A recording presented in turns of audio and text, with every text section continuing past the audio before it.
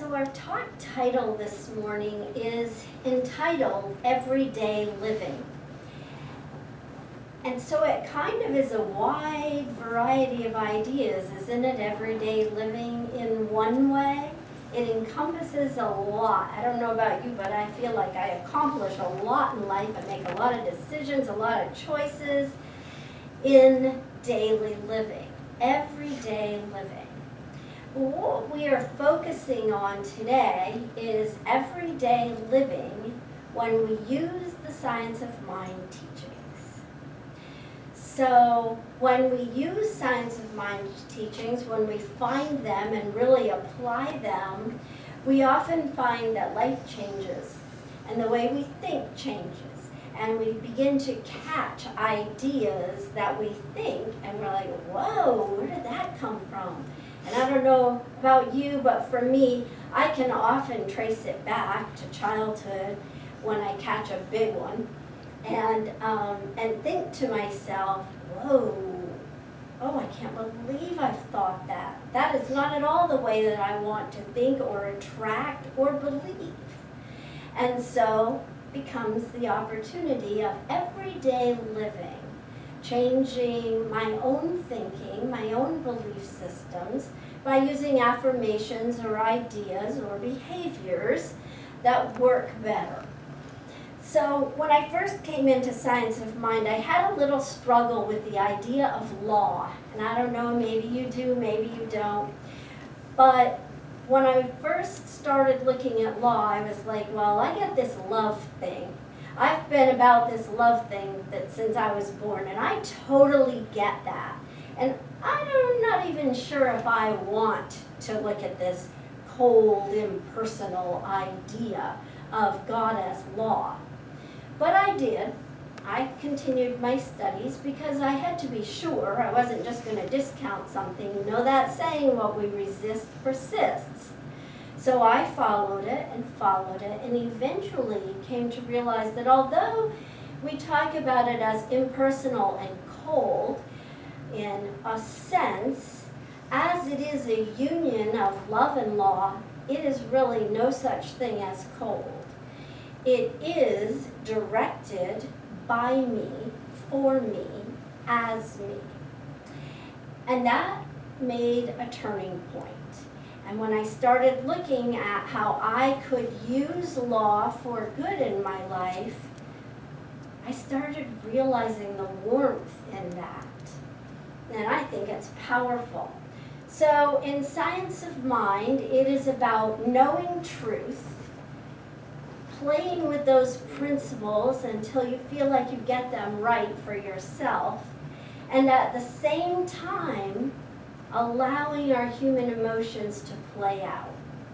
I had a real rock and roll week, so this was the perfect title for me, Everyday Living.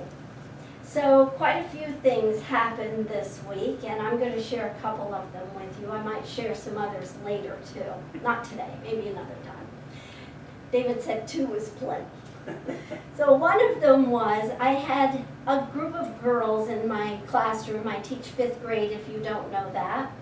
And I had a group of girls, and they were all kind of going at each other. Well, you know that's an ongoing process. If you're a parent, it's no different.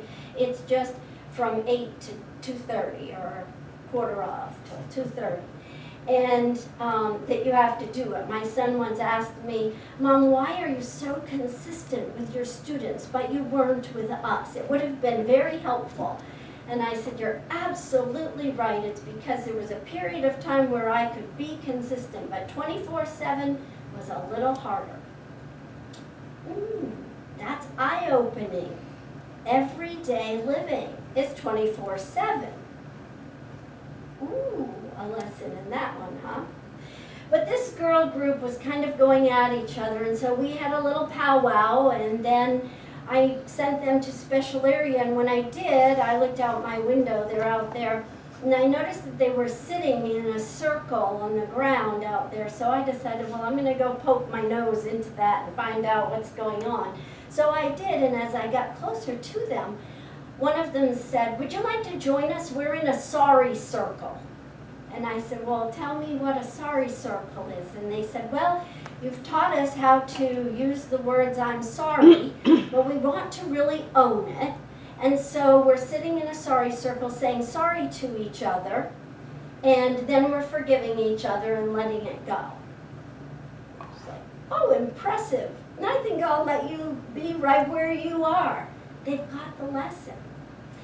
So then I had a little boy and a little girl in a little situation. And so I called them both up, and the little girl told him what he had said that bothered her. And he said, you're absolutely right, I did say that, and I'm sorry it hurt you, and I didn't mean it the way that you're taking it. But what I need to do is I wrote these words down and I'm plastering them all over my house. Stop and think of better words to use. Well, I'm standing there with these two kids facing each other, looking at each other, and honest to God, I'm surprised my eyeballs didn't pop out and hit them. I was just amazed at how far these students have come, these 10-year-olds have come in learning everyday practices that are loving and loving kindness. Stop and think of better words to use. The whole world needs to hear that, doesn't it? Stop and think of better words to use. Now, the only one we're responsible for is ourselves. So we each get to look. Maybe you already use all great words. Or maybe you've even clammed up because when you did speak, somebody had something to say about it, so you just learned to be more quiet with your words. Maybe you're ready for a little more adventure.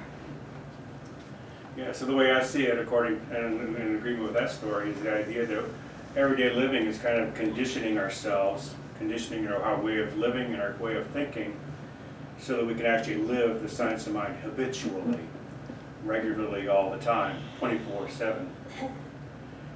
We quite often overthink spirituality, and I know that we're kind of guilty of that here at the Science of Mind, because we look at all the deep aspects of it and discuss those, and I love doing that. Me too.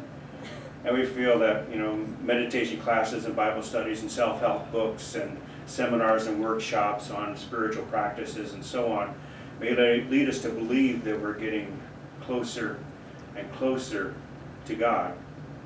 And we may feel that we need to study and learn to relate to God and be spiritually in tune and aligned, when all we really have to do is be the God nature that we are.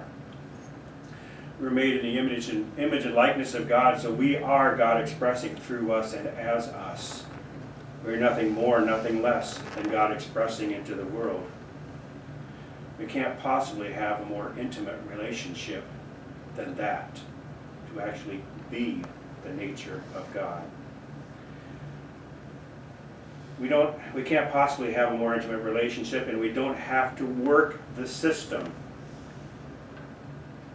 We don't have to beg and plead and try to please God or be in God's favor or to get our desires met. We don't have to worry about whether or not God is on our side, because there are no sides. God is us, and God is all that we are. God is always expressing in us, through us, and as us. It may take some practice knowing and trusting this practice, or practicing the presence, as Goldsmith says. But in the long run, the element of belief is about letting go of all the trappings and simply trusting the process. So in a way, what we have to do is practice being instead of doing.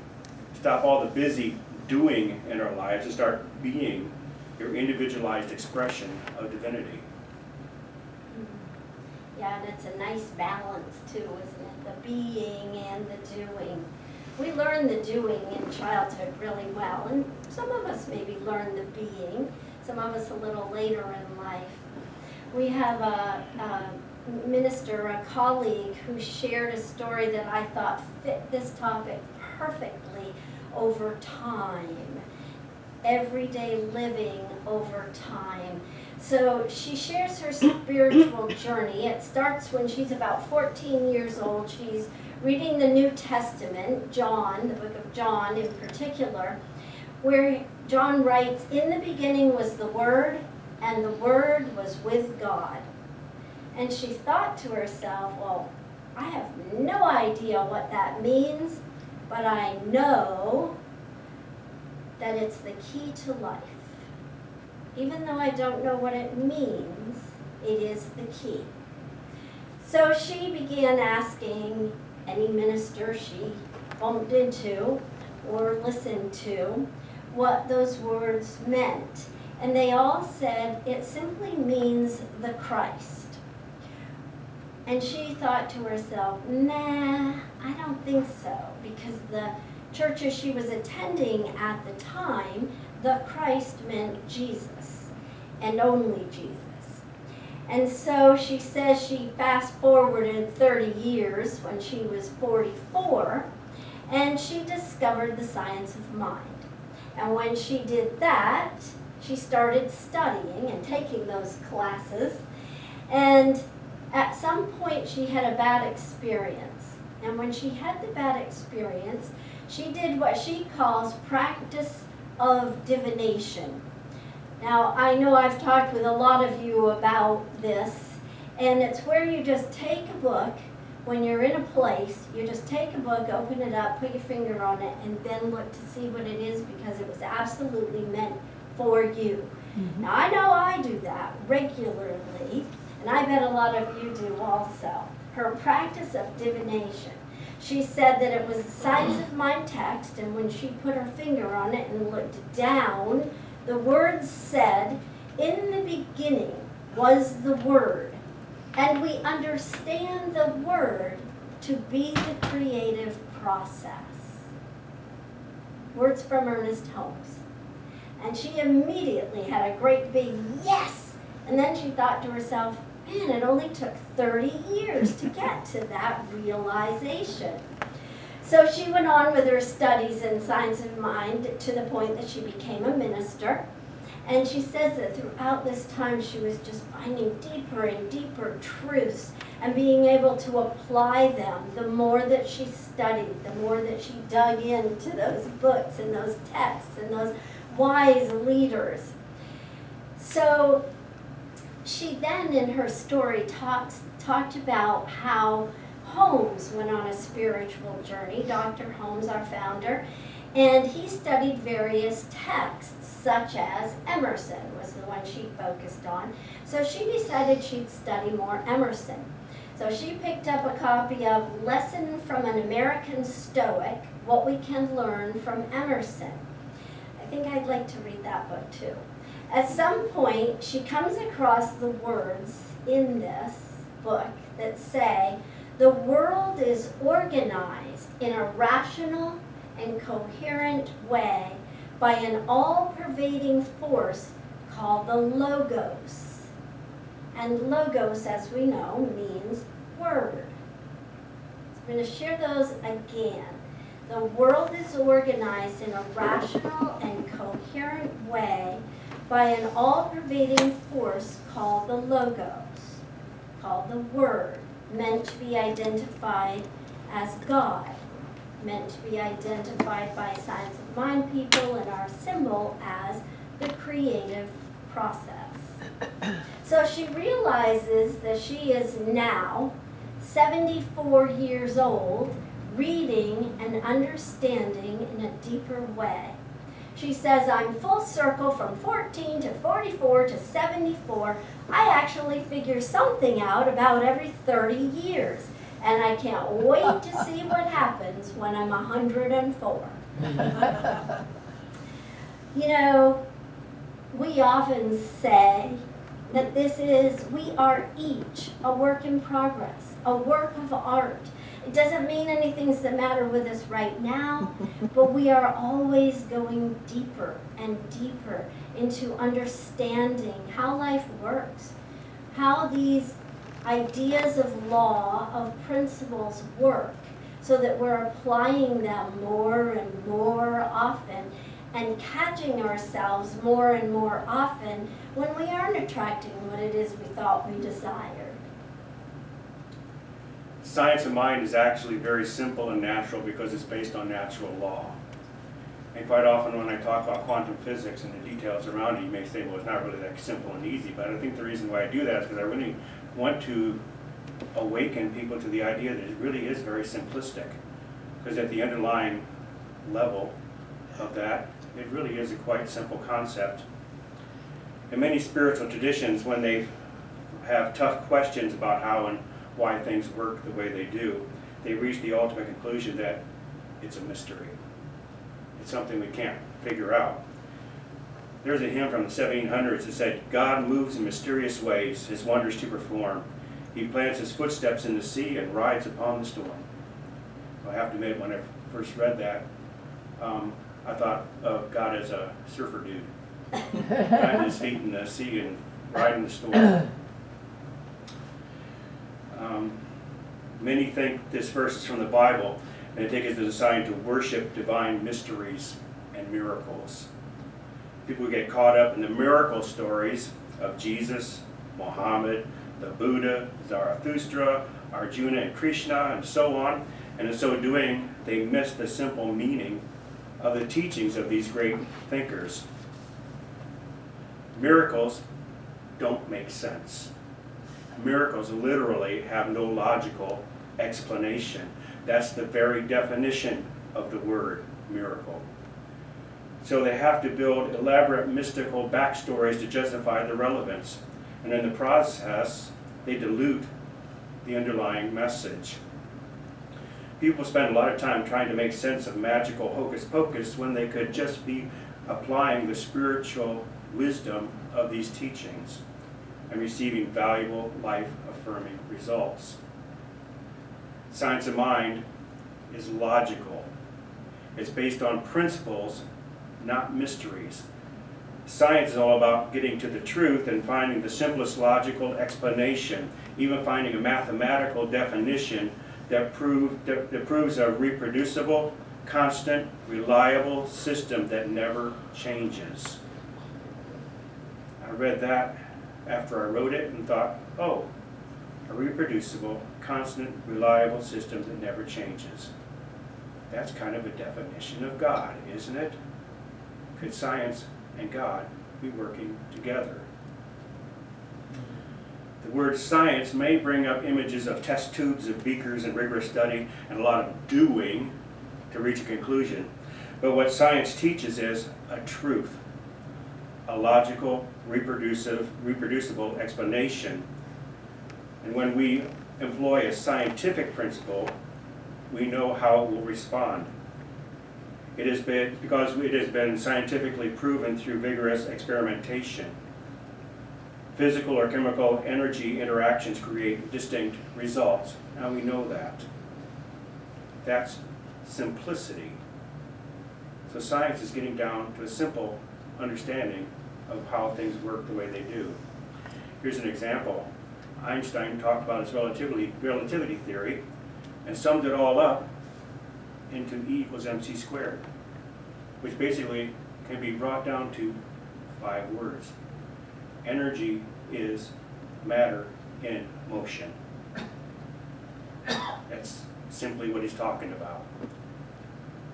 A broad, very detailed, elegant concept brought down to a very simple equation. Well, when we employ spiritual principle, we're doing exactly the same thing. We're using mental energy to create, and then we get results. That's also simplicity in action. Science of mind is the place where science and spirituality meet. That's why we have treatment, or why we use the word treatment instead of prayer. Prayer has been scientifically studied and proven to be effective, so we can have absolute confidence in the reliability of reproducible results when we pray.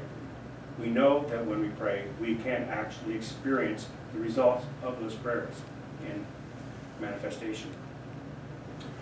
When we get to the point where we can do this habitually, easily, effortlessly,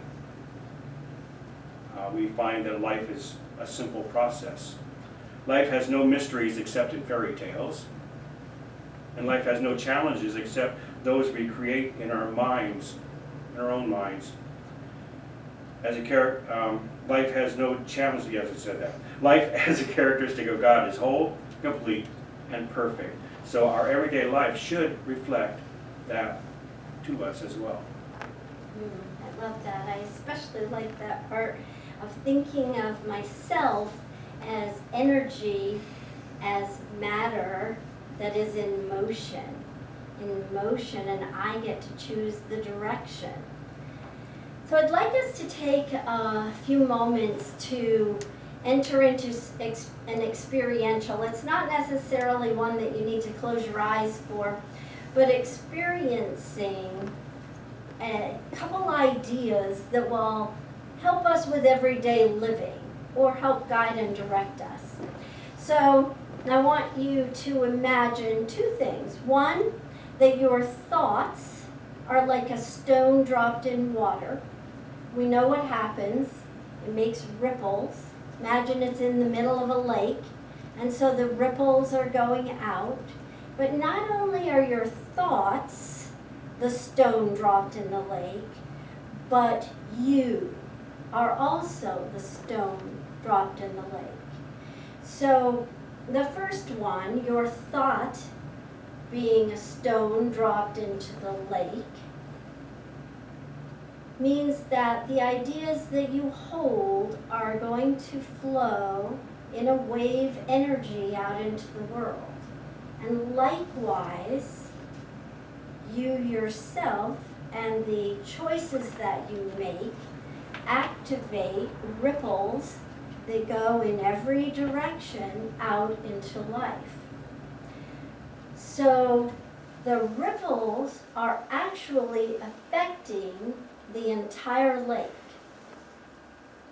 Maybe you've noticed if you've thrown rocks in the water before to try to get them to jump, if you stay there long enough in quiet waters, those waves will come right back to your ankles. So I have a couple questions for you as you think about this idea. One is, are your ripples serene and soothing? Or are they rough and destructive? Another question is, do you have any idea how far-reaching your ripples are in affecting, in your thoughts, in affecting your body? Body rhythms, body healing, body wholeness. And in your life, as you take actions, it's not just about me. It's about all those that I touch by the action that I take. And my final question, do you realize that your everyday stone-dropping choices make the world either a little better or a little worse for you and also for those around you? We're going to close this morning with a poem which I always thought I found on a card and shared with people throughout the last many, many years. But when I Googled the first part of it to see if there was any more or if that old card would come up, I realized it was a poem from someone who had written it obviously years ago. So you may have heard it, but it has always been meaningful for me. The little things are most worthwhile. A quiet word, a look, a smile, a listening ear that's quick to share another's thoughts, another's care. Though sometimes they may seem quite small, these little things mean most of all. Many blessings in your everyday travels.